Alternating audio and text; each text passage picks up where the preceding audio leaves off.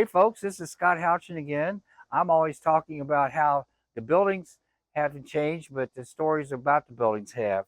And this is a good example.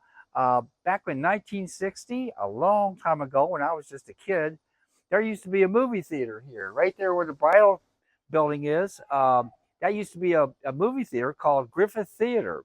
This was like in 1960, and it was a good theater. I remember I saw The Blob there, starring Steve McQueen, and it was a great movie, and it was a good time in the theater. The guy running the theater, I guess he couldn't make a go of it, and so he tried to get the insurance money. He hired somebody to set the place on fire so that he could get his insurance money.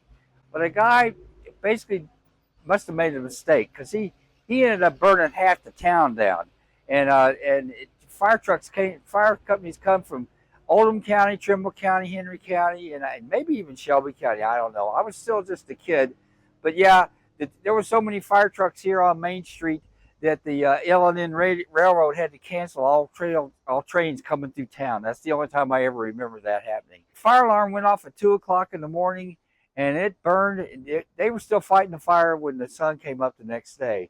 The whole town came out to fight the fire. The Grange was really a cool town back then, and everybody knew everybody else. In fact, some of the restaurants opened up their doors at 6:30 in the morning to feed the firemen from all over, and they fed them for free.